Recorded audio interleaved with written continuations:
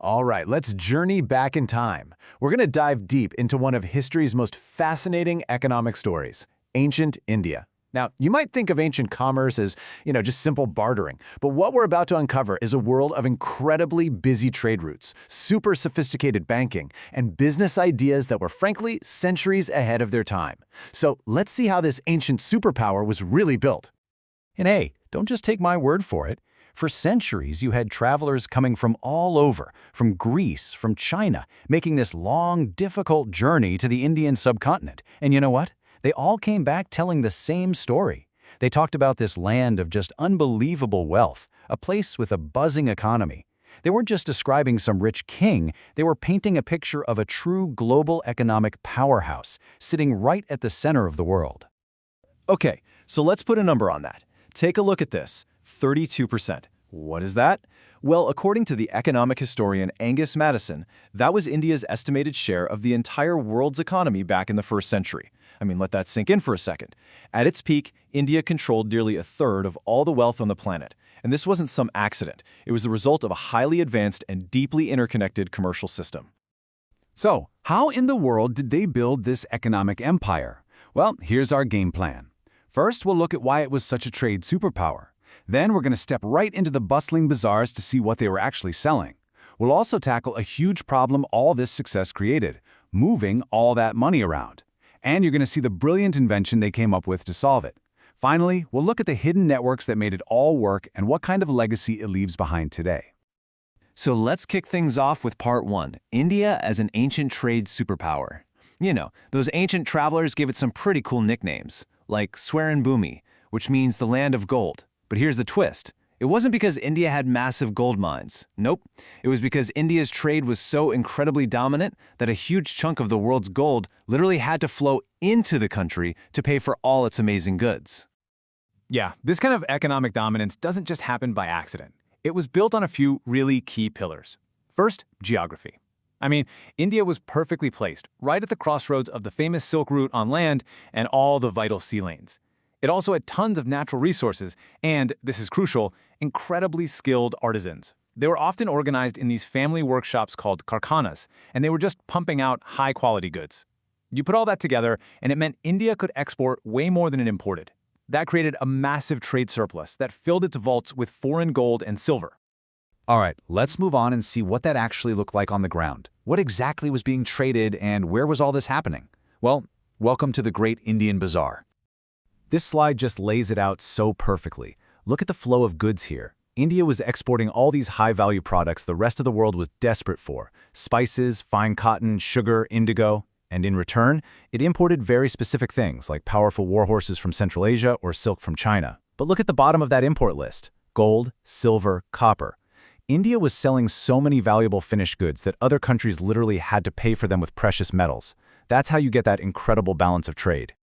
And this trade wasn't just happening in one place. No way. It wasn't one or two big hubs. It was a whole network of specialized cities, each one a vital cog in this continental economic machine. You had Pataliputra, a hub for exporting stone.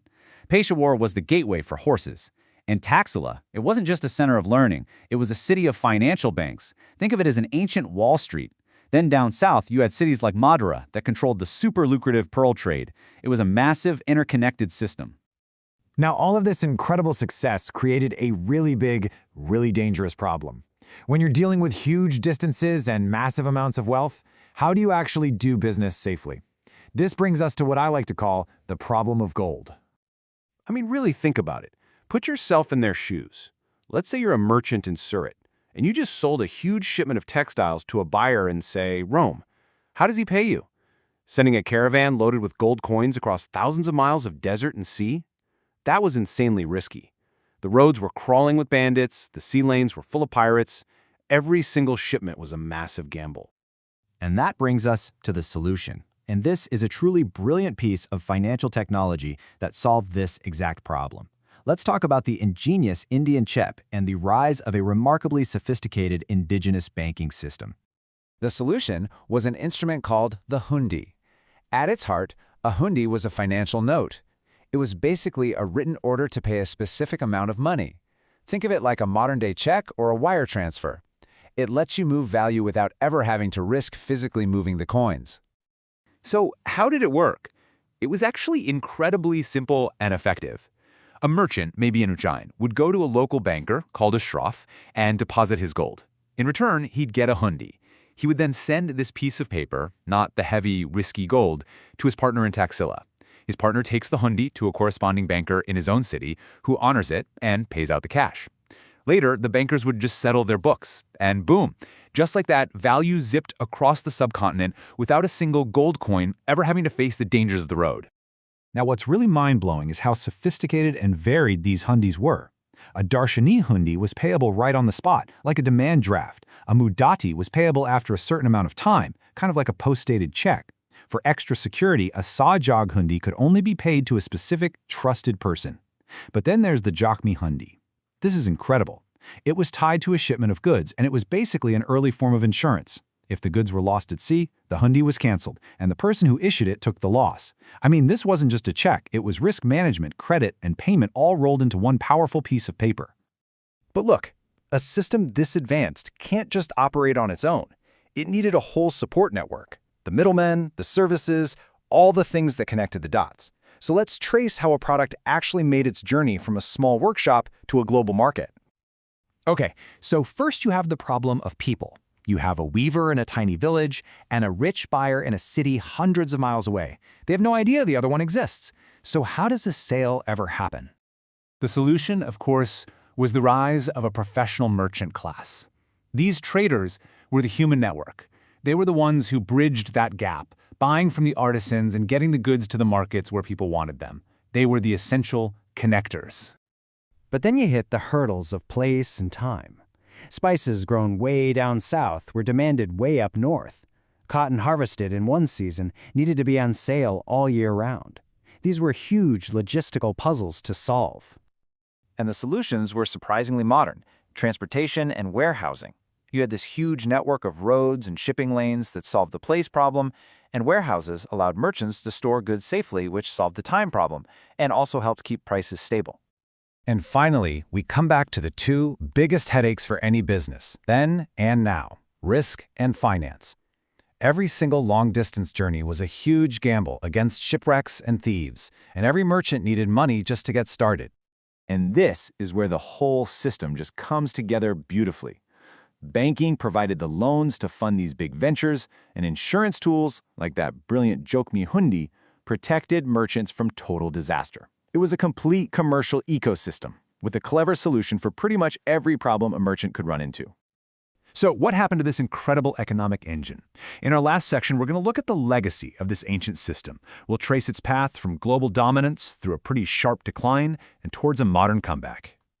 This timeline tells a really dramatic story. I mean, you can see India's share was still huge for over 1,700 years. Even in 1700 AD, it commanded almost a quarter of the world's entire economy. But then, under the British Empire, that whole dynamic was flipped on its head. India was basically turned from an exporter of high-value goods into a supplier of cheap raw materials for British factories. Its share of the world economy just plummeted, hitting rock bottom at 3.8% after independence. The big turning point, as you can see, came in 1991 with economic liberalization, which started the long, slow process of rebuilding. And this all brings us to a final thought. We live in this age of digital payments, blockchain, all this complex fintech. But as we've seen, the basic problems of commerce, things like trust, risk, and moving value safely over long distances, they're ancient. The Hundi system was this brilliant solution built on a decentralized network of trust. So it really makes you wonder, what core lessons in building strong, flexible, and trusted financial systems can today's innovators learn from a 2,000-year-old piece of paper? Definitely something to think about. Thanks for watching.